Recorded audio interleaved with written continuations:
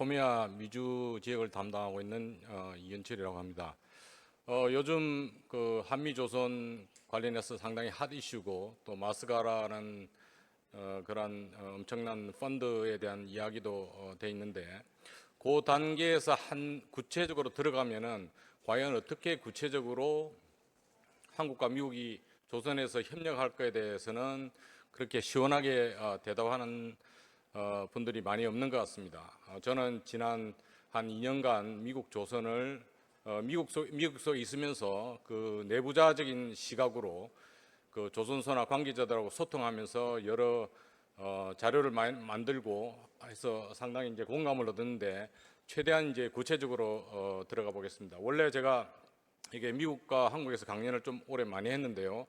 원래 1시간 분량인데 이게 25분 동안 축약하기 때문에 제가 좀 빨리 달리겠습니다. 그래서 PPT를 좀 시각적으로 이해할 수 있는 부분은 빨리 넘어가고 설명이 필요한 데 대해서는 좀 시간을 더 할애하도록 하겠습니다. 먼저 양 국가 간의 조선소 업이 어떻게 구성되는지 보고요. 미국이 가지고 문제와 개선해야 될 것들, 그리고 한국 조선이 어떻게 접목될 수 있는지, 미국이 뭘 해야 되고 우리가 해야 될 게 뭔지 그런 것들에 대해서 다뤄보겠습니다. 먼저 아시다시피 한국은 최고의 조선 기술을 자랑하고요. 또 우리 자랑스러운 세 군데 조선소에서 최고 첨단 기술 선종에 집중을 하고 있습니다. 그래서 대형 조선소 같은 경우에는 연간 35에서 50척 건조가 가능하고요. 작년에 난 기사에서 보면은 현대 같은 경우에는 동시에 41척을 지을 수 있는 그런 역량이 있습니다. 그래서 한국은 이러한 결과를 낳기 위한 상당히 큰 그 인프라가 있습니다. 기자재든 설계든 여러 가지 하청국을 가지고 있고요. 그 다음 또 이제 미국이 없는 게 뭐냐면은 한국은 업계 전체가 정부나 지방정부나 그 다음에 대형 조선소, 그 다음에 매니팩처러, 그 다음에 학교, 연구기관들이 상당히 짜임새 있게 커뮤니케이션을 하지만은 미국은 그게 없습니다.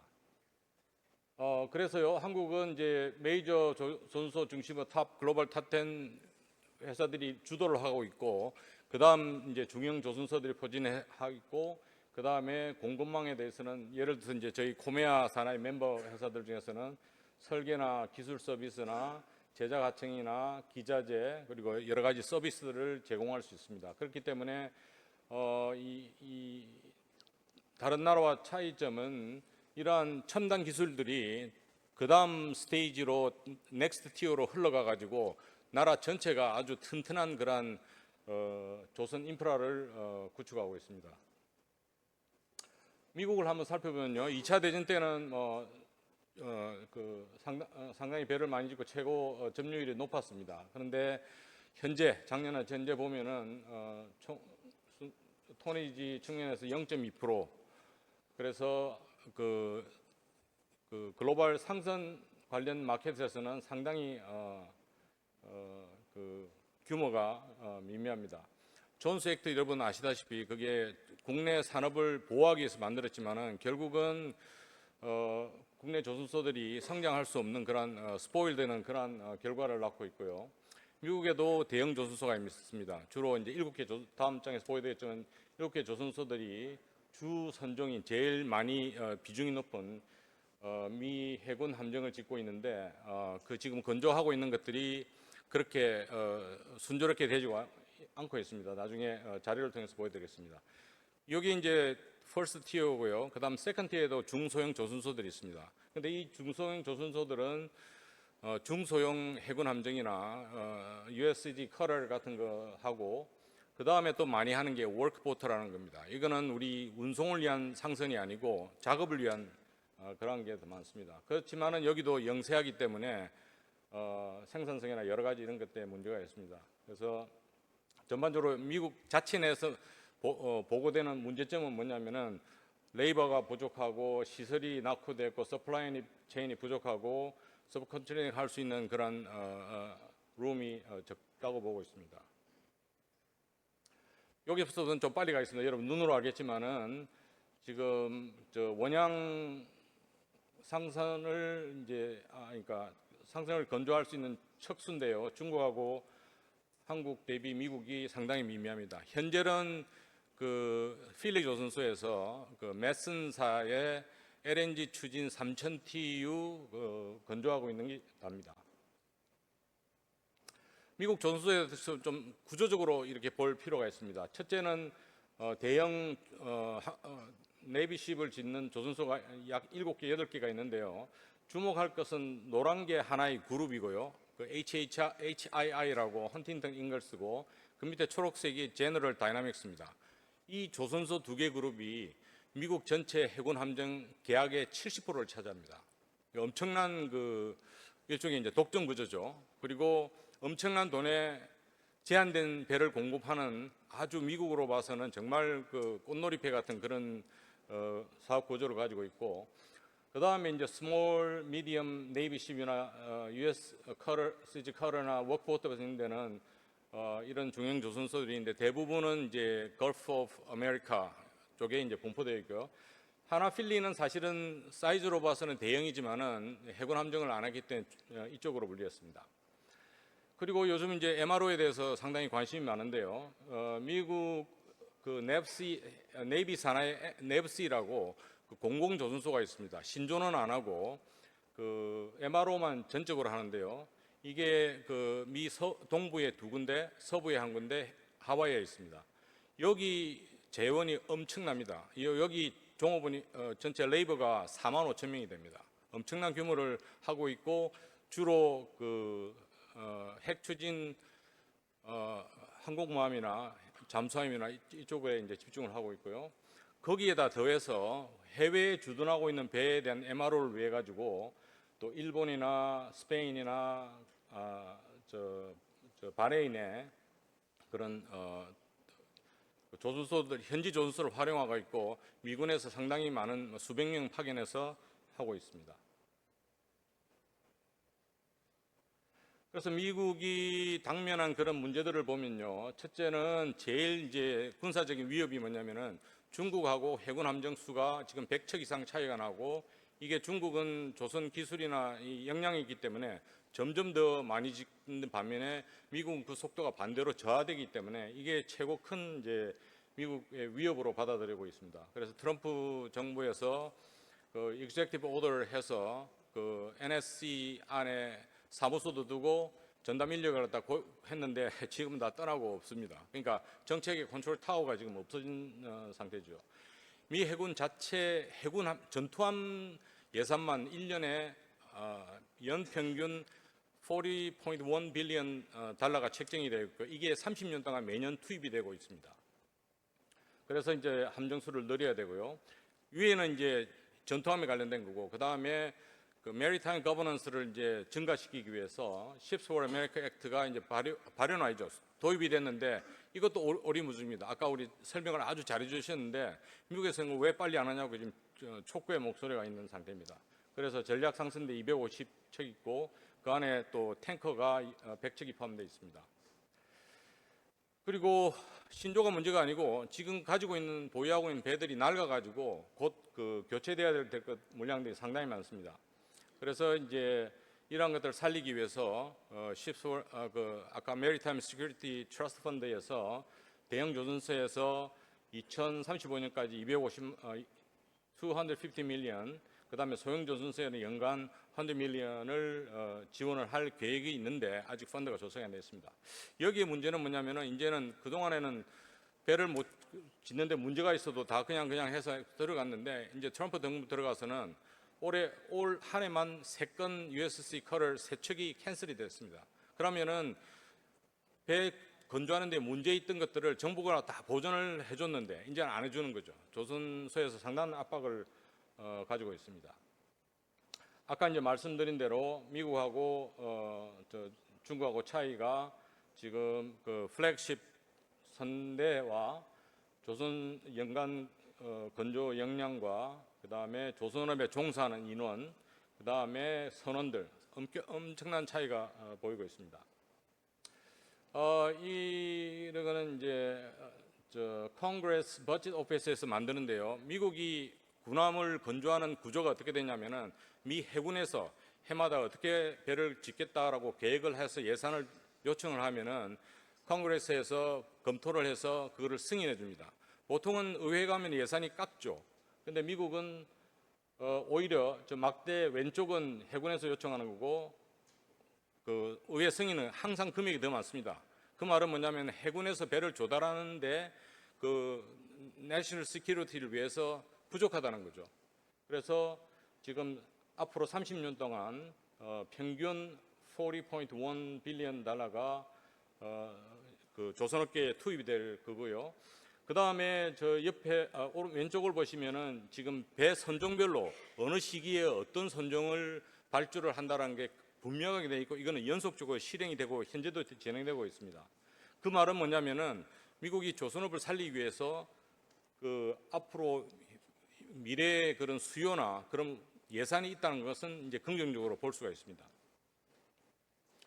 그 다음에 여러분들 이거는 한국에서 잘 모르는데요, 상인데요. 사실은 미 해군뿐만 아니고 미 육군도 상당히 지금 그 앞으로 그 전 세계 그 밀리터리 캠페인을 위한 그런 선대가 필요한데 저기 위에 막대 왼쪽에 보시면요. 그렇게 하려면 선대가 한 90%가 오퍼레이션을 할 수 있도록 준비가 돼야 되는 게 정상 모드인데 2020년에서 2024년에 이게 35%로 내려갔습니다. 그 말은 뭐냐면은 여기 지도에서 보듯이 미국에서 중동에 작전하고 아시아 태평양 쪽으로 작전을 하는데도 배가 이제 동원할 배가 없다는 겁니다. 어느 면에서 최근에 그 트럼프 대통령이 그 자기 그 미국 방위 라인을 이렇게 축소시키는 것도 이러한 것도 뭐 추정이지만은 복합적으로 작용할 수 있다고 봅니다. 그보다 더 큰 문제는 뭐냐면 이쪽에 오른쪽 그래프를 보면은 이 지금 선령입니다. 이 저 LSB나 LCB 제일 대표적인 선종인데요. 저게 지금 2027년에서 2031년 사이에 전부 다 교체 시기로 지금 되고 있습니다. 그럼 저기 배가 안 되면 어떡할 겁니까? 그러니까 상당히 미국의 안보적인 문제가 되고 있고 평균 선령이 33년, 36년입니다. 이것도 해군뿐만이 아니라 미 육군에서 가지고 있는 문제점입니다. 이것도 존스 액트 컴플라이언트 그 원양 상선대인데요. 대부분의 라이프 사이클의 반이 지나고 이것도 언젠가는 조만간 교체해야 될 앞으로 미래의 수요로 보시면 됩니다. 그리고 이것도 간단하게 보겠습니다. 자, 미국에는 이제 이게 이제 GAO라고요. Government Accountability Office라 그래가지고 일종의 감사기관입니다. 국민의 세금이 그 투입이 됐을 때 제대로 쓰여지고 있는지 그 감사하는 기관인데요. 상선 같은 경우에 이제 납기 그 윈도우가 있죠. 그 카고십이나 탱커나 여러 가지 이런 거에 대한 윈도우가 있는데 해군은 그보다 엄청나게 큽니다. 물량적인 측면이나 라이시브 웨이트나 여러 가지 들어간 거 보면 물론 해군에 들어간 특수한 장비도 있지만 공사기관이 엄청나게 크거든요. 왜 이러냐 이거죠. 제가 보기에는 이게 이제 계약 구조나 공법의 문제가 되고요. 왜 그러냐면 우리 조선업은 사실은 표준 그 건조 사업이거든요. 선주가 와서 펑셔널 스펙하고 메이커 리스트하고 뭐 납기하고 이러면 가격이 결정되면 그 한국 조선소 같은 경우는 그 기간 내에 거의 그냥 키하고 다 넘겨주고 뭐 하는데 미 해군은 그러한 저 계약 구조를 따르지 않습니다. 해군이 다 매니지하고 조선소들은 그냥 그 제작만 갖다 대는 그런 거죠. 예를 들어서 제가 조선소에서 미국 조선소 CEO한테 들었는데 구매를 하는데 맨하우가 상선화 이거 대비 4배가 들어간답니다. 그러니까 상선에 비해서 엄청나게 많이 맨하우가 소진되는 그 구조가 이제 미국에 있어서 상당히 문제가 되죠. 그리고 서플라이 체인이 또 상당히 문제입니다. 예를 들어서 뉴클리어 서머린에 들어가는 기자재가의 70%가 소울 벤더입니다. 그 말은 뭐냐면은 벤더에서 문제가 생기면은 공급이 안 되는 거죠. 이제 그런 이제 문제를 갖고 있고요. 그 다음에 납기 지연 현황을 안 보면은 이 선종별로 에어크래프트 캐리어부터 여러 가지 서피스 컴뱃 쉽에 보면은 뭐 납기가 작게는 뭐 5개월, 10개월, 36개월까지 되고 있습니다. 그러니까 엄청난 예산의 배를 짓는데 공기나 여러 가지 문제가 있고 그 다음에 보면은 코스트 오버런도 있습니다. 위에 150%, 200%막 성과도 보통 통상적으로 3배, 5배인데 여기다 코스트 오버런까지 있는 그런 구체적인 문제를 앓고 있는 거죠. 그래서 여기에다가 배를 더 짓겠다고 지금 계획을 세우고 하는데 이거는 뭐냐면 조선소에 상당히 큰 부담이 되는 겁니다. 이러한 구조를 이제 미국은 아직 잘 깨닫지 못하고 있는 거죠. 그래서 이제 가오에서 결론적으로 미국 조선업이 가지고 있는 문제를 해결할 수 있는 방안이 뭐냐라고 했는데 두 가지를 주로 꼽았습니다. 인프라스트럭처를 이제 더 갖춰야겠다. 그러니까 시설을 현대화하고 그 다음에 워크포스를 더 해야 된다는 거죠. 틀린 이야기는 아닙니다. 근데 그러니까 한국 조선소 관점에 보면 이거는 부족한 겁니다. 이건 조선업에 대한 이 첨단 기술 조선업에 대한 그 이해 부족 때문에 이러한 지적밖에 할 수가 없는 거죠. 그러면은 이제 레이버가 부족하다 그러죠. 한번 보시죠. 이게 왼쪽에는 미국 조선소의 대략적인 숫자입니다. 이게 좀 변동이 있기 때문에 10만이 조금 넘습니다. 전체적으로. 그리고 한국도 보면은 대형 조선소 중심으로 보면은 하고 우리 모든 하청까지 인하우스 하청까지 다 하면 한 10만 정도 되거든요. 근데 한국은 수백 척 만들어내고 미국은 뭐 연간 뭐 세 척에서 다 척이고, 그러니까 레이버만 문제는 이제 안 한다는 거죠. 그래서 그리고 이제 미국은 하청 비율이 매우 낮습니다. 그 말은 뭐냐면 조선소에서 뭐 철판 가져와서 제작하고 절단하고 뭐 하는 것을 안에서 다 해야 됩니다. 데크하우스까지 뭐. 예. 그러니까 상당히 생산성이 떨어질 수밖에 없고 납기가 길어질 수밖에 없는 거죠. 그래서 결국은 레이버가 아니고 생산성이 문제다 이거죠. 한국은 최고의 생산성을 자랑하고 있거든요. 미국에는 그게 존재하지 않습니다. 그럼 우리가 조선소나 조선의 능력을 뭐로 우리가 평가를 할 것인가? 제가 생각하기에는 어떠한 배를 짓는데, 예를 들어서 아프라막스 탱크를 짓는데 거기에 들어가는 맨아워나 코스트나 시간이 얼마만큼 잘 적절하게 최소화시키는가 하는 게 저는 실력이라고 보거든요. 그래서 이제 전통적인 조선소들은 설비하고 레이버 갖다 대고 똑딱똑딱 그렇게 만들지만은 한국은 거기에다 시스템과 50년 이상 동안의 각 그 경험을 통한 얻어지는 맨아워를 줄이고 이 코스트를 절감하는 방안을 우리는 엄청나게 많이 축적이 돼 있거든요. 그게 이제 한국에서 우리 조선용어로는 생산 기획입니다. 생산 기획을 통해서 설계, 구매, 제작까지 이게 정말 그 압축되면서도 배가 만들어지는데 미국은 이게 하세월인 거죠. 그게 이제 차이고 우리 오일 앤 가스 용어로는 EPC 매니지먼트라고 하죠. 그래서 이게 잘 돌아가면은 생산성이 높아지고 생산성이 제대로 높아지면 그 퀄리티나 여러 가지 품질이 좋아지고 선주한테 신뢰를 줄 수 있고, 그렇게 되면 더 많은 배를 지을 수 있는데 미국에는 이러한 그 밸류 체인이 존재하지 않고 있습니다. 그렇기 때문에 우리가 미국을 이러한 점을 이해할 필요가 있습니다. 그러면 K시빌딩의 그 기술이 뭐냐? 여러 가지도 이제 상당히 많겠지만은 제가 보는 관점에서는 이제 미국한테 적용될 수 있는 제일 두 가지가, 첫째는 맥시멈 프리아웃피팅, 그러니까 한국말로 뭐죠? 선행화장 최대화하고 그 다음에 시리즈 공법입니다. 미국에는 시리즈 공법이라는 개념이 없습니다. 하나 만들고 똑딱거리고 그 다음 넘어가거든요. 그래서 뭐 일일이 다는 이제 설명 안 되겠지만은 이러한 그 맥시멈 프리아웃피팅이나 시리즈 빌딩을 하기 위해서는 뒷받침할 수 있는 게 저는 두 가지라고 보는데요. 그게 이제 한국의 우수한 생산 설계입니다. 외국에도 디테일 엔진이나 컨셉츄얼 뭐 베이직 디자인 하는 데 많습니다. 그렇고 근데 그게 생산으로 연결되면서 우리는 컨스트럭션 엔지니어링 생산 설계에 엄청난 그 설계 그 기술적인 인포메이션이 많이 포함되고 또 그러한 것들이 디테일 엔진이나 이번 베이직에 반영이 되거든요. 그렇기 때문에 그게 이제 살릴 수 있고, 그 다음에 우리 생산기획, 조선에서 제일 잘하는 게 생산기획이지 않습니까? 이게 어우러짐으로써 이런 밸류가 나오고, 그러면서 맨아워도 줄이고 스케줄도 줄이고 여러 가지 이런 효과를 냈고, 그래야 이게 조선업이 건강하게 성장할 수 있는데, 다른 데는 미국은 그게 없습니다. 모든 그 전 근대적인 조선소에는 이런 게 없고요. 그 다음에 한국은 또 서플라이 체인이 엄청 우리 코메아처럼 설계회사, 뭐 제작 하청, 뭐 블록 하는 게 상당히 많거든요. 그 말은 그러한 것들이 하청에 의존할 수 있으면은 조선소가 할 일이 줄어드는데 이제 미국은 이제 그런 게 없죠. 미국뿐만 아니고 어느 나라도 이런 그게 이제 한국과 차이입니다. 하나의 이제 좀 극단적인 예를 한번 들어보겠습니다. 그 한국에서는 아프라막스 탱크 한 대 지으면은 한 7억에서 8억 정도 하고요. 납기가 한 2년 정도 보고 있습니다. 근데 이게 이제 프로ven 실적인데요. 샌디에고에 있는 조선소에서 만들었는데 납기가 60.5개월이고요.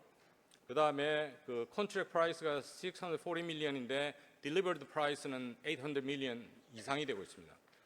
이거 정말 가슴 뛰지 않나요? 우리가 한국에서 들어가가지고 이거 내려가면은 서로 윈윈될 수 있는 그런 상황입니다.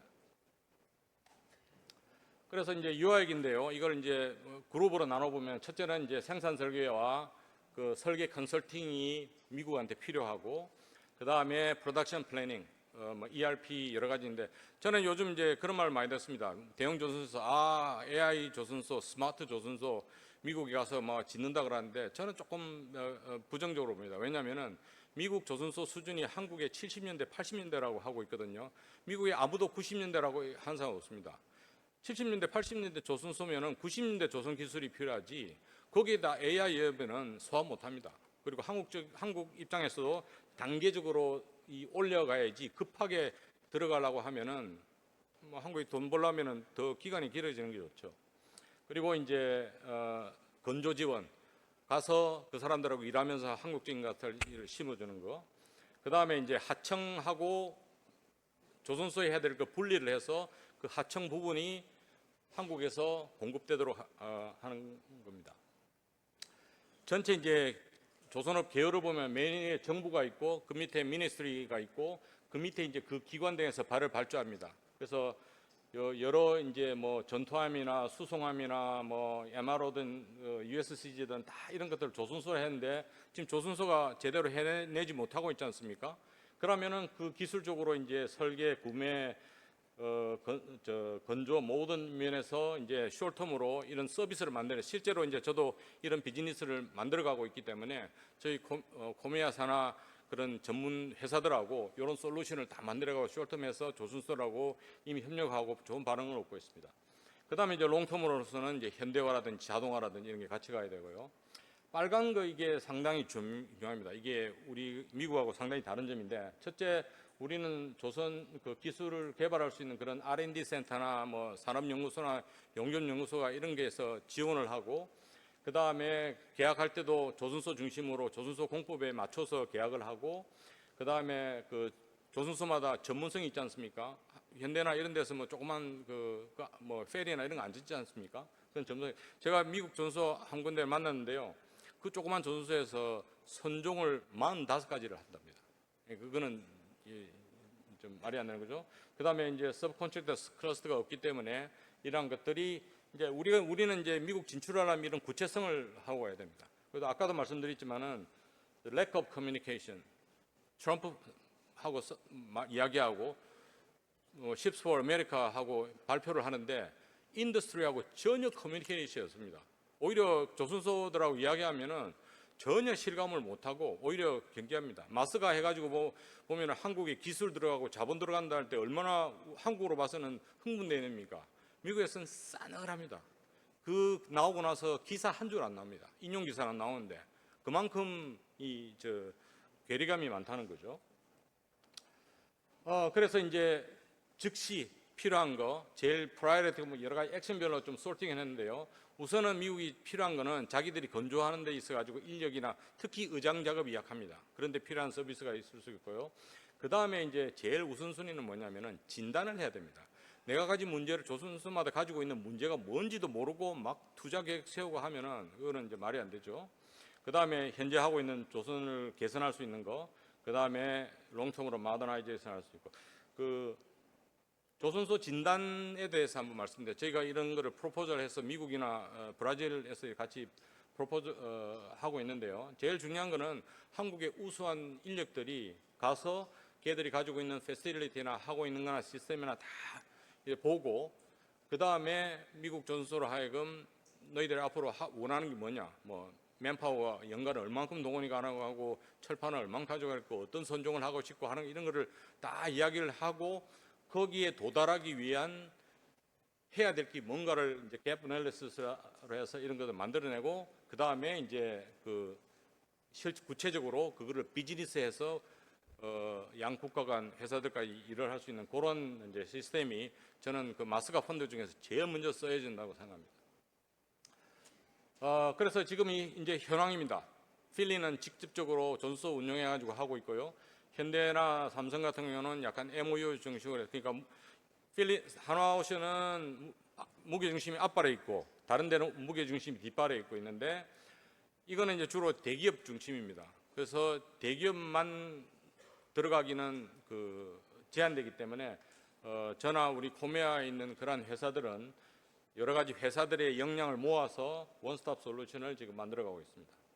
이게 이제 다이어그램인데요. 지금 이제 삼성, 현대, 한화에서 각 회사들하고 이렇게 협력 관계를 만들어가고 있죠. 근데 대기업 협력안은 확장성이 떨어집니다. 왜냐하면 현대가 저기 A라는 회사하고 하면은 나머지 회사하고는 경쟁 관계에 있거든요.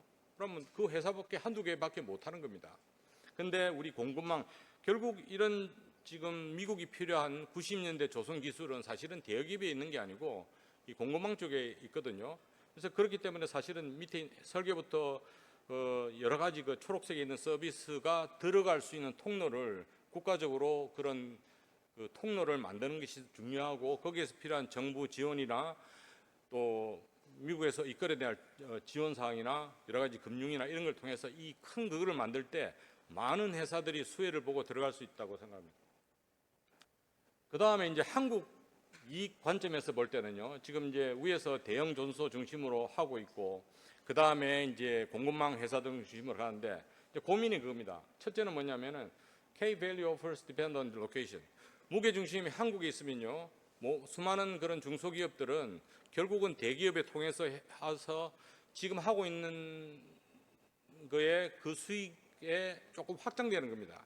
근데 만약에 공급망 중심으로 해가지고 미국에 와서 하잖아요. 그럼 미국의 3배, 5배, 심지어는 10배 넘는 그 가격 수준에서 비즈니스 판을 깔아야지 수익성이 상당히 창출되고요.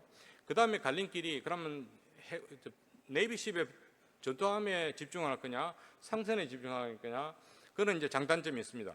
예를 들어서 뭐 현대나 하나오션 같은 거는 해군함정 이제 한국에서 짓기를 이제 원하겠죠. 그렇지만은 프로젝트 익스큐션은 공법이나 계약 관계가 미 해군하고 한국적인 방법으로 할 수 없다 그러면은 아무리 현대 하나오션이라도 지금 우리가 가지고 있는 그런 효과를 미국에서 가져갈 수가 없습니다. 그건 이야기해야 되고. 그다음에 이제 커머셜 십은 딜레마가 뭐냐면은 수요가 없습니다. 뭐 아까 뭐 아메리카에 보면은 거창하게 많이 이제 그런 미국에서 그런 걸 해놨지만은 실제 보면은 배를 발주할 수가 없어요. 왜냐하면 캐펙스가 너무 높기 때문에 미국 그 회사들이 그런 것들을 캐펙스를 받으면 비즈니스 할 수가 없습니다. 그래서 이게 이제 커머셜 모델인데요. 이제 US 퍼포먼스가 납기하고 가격이 있고 한국이 이제 작기 때문에 이러한 그 매너나 코스트 이런 걸 줄일 수 있는 코퍼레이션이 활발하게 이루어져서 수익성이나 모든 게 좋아지는 이런 그 구조로 가야 됩니다. 그리고 이거는 뭐 그 현재 알려진 수요만 총그를 했는데요. 해군 함정만 연간 뭐 41 빌리언 30년이고 MRO도 있고요. 그다음에 해군 그도 있죠. 그다음에 USCG 커들 특히 요즘 이제 유행하는 그 쉐빙선 그 폴러 시큐리티 커럴도 많고요. 그다음에 상선에서는 이제 또 나름대로 있는데 이것도 조금은 그러면 결국은 미국이 현재 하고 있는 것도 못 하는데 어디서 할 거냐 이죠. 그러면 그 한국하고 협력하고 그 공급망 아웃소싱을 한국으로밖에 할 수 없죠. 미국의 이런 협력을 가능하려면 두 가지 테크들을 만족을 했는데 첫째 적대 국가가 안 돼야 되고 그러면 중국이 탈락되죠. 그 다음에 그 우수한 기술력인데 그 공통점은 한국이 최고입니다. 일본은 이제 스케일이 잘하지만 스케일이 좀 작고요. 다 돼갑니다. 그래서 이제 이게 이제 또 정부 지원이 절대적입니다. 왜냐하면 정부가 큰 틀을 안 해주면 왜냐하면 미국 조선 업계를 움직이려면 미국 정부가 그걸 해줘야지 우리가 할 수 없는 거거든요. 그래서 이제 지금 저는 이제 제일 중요하고 선행돼야 될 게 그 조선소 진단 프로젝트라고 보고요. 그 다음에 여러 가지 뭐 각종 뭐 세제나 이런 금융 지원 같은 건 이미 진행되고 있습니다. 그 다음에 이제 어드미니스트레이션 중요하죠. 요즘 그 비자라든지 뭐 이런 그 각종 규제 같은 거 이 사전에 정리 안 하면은 나중에 또 그 300명 억류되고 하는 그런 사태가 생깁니다. 그리고 우리나라 인프라를 최대한 미국의 인하우스 인프라 사용하듯이 정부가 그 길을 열어주고 관련된 그 여러 가지 법규들을 그 협상할 때 반드시 해야 됩니다. 돈만 하면 안 되고요. 그다음에 이거는 미국 조선의 제일 중요한 부분이 그 전투함 해군이기 때문에 이거는 반드시 그 안보하고 경제하고 같이 가야 된다는 생각입니다. 그래서 이제 마지막 서머리인데요. 첫째, 미국 조선하고 한국 조선하고는 공통점이 너무나 없습니다. 한국은 상선에 대해서 잘하지만 미국은 상선이 없습니다. 전투함하고 그 워크보트입니다. 우리가 걔들 미국에 드레접 짓는데 뭘 도움이 줄 수 있습니까? 그러다고 현대에서 에어크래프트 캐리 항공만 만드는데 우리가 할 수 아무것도 없거든요. 공통점이 적다는 것을 인식해야 되고, 그 다음에 이제 미국과 조선소 간에 이 이해관계가 그 거리감이 상당히 많습니다. 미국 조선소도 이해반대, 우리가 원하는 거하고 거기서 원하는 거가 안 맞는 거기 때문에 이게 정부에서 조선소 간의 협력이 원활하도록 그런 가교 역할을 우산을 좀 써야 된다는 거예요. 그 다음에 현재 대형 조선소 중심으로 하는데 제가 보기에는 그 이상 확장성이 없습니다. 반드시 우리 대부분의 회사들이 앉아있는 공급망이 같이 갈 수 있도록 해야 되고요. 그 다음에 그렇게 하기 위해서는 제일 중요한 게 인증 절차입니다. 업체 등록이나 여러 가지 우리가 패밀리하지 않은 그러한 인증들을 중소기업에서 할 수 없거든요. 그거를 이제 어떤 기관이나 이런 데서 대행이 가능할 수 있도록 해야 됩니다. 그다음 마지막 슬라이드입니다. 그래서 이제 미국에서는 확실하게 메리타임 거버넌스를 증가시키려고 했기 때문에 이제 거기에 맞는 그거를 조선소뿐만 아까 말씀하신 대로 발주하는 선사, 배를 짓는 조선소, 거기를 도와주는 이런 모든 것이 같이 가야 되고, 그 다음에 이제 인베스트먼트를 미국에 와서 적극적으로 할 필요가 있고요. 그 다음에 이제 한꺼번에 다 하려지 말고 스텝 바이 스텝으로 했고 롱텀으로 가야 되고, 또한 그 MRO는 뭐 오늘 다루지 않겠지만은 상당히 좀 그게 좀 이렇게 확장적으로 생각하는 게 맞습니다. 그런 걸 하려면은 거기에 있어가지고 공급망까지 갈 수 있도록 병행 투 트랙을 해야 된다는 거고요. 그 다음에 이제 마지막으로는 국내 업체 간의 경쟁. 미국 조선소를 만나면요, 뭐 협력하자고 온다는 게 별로 아이디어도 없으면서 협력하려고 오는 어프로치가 너무 많고 막 귀찮다고 합니다. 예, 그래서 이제 그런 것들을 조율할 필요가 있다 그렇게 생각합니다. 자, 시간을 조금 지체됐는데 좀 양해해 주시면 감사합니다. 이상입니다.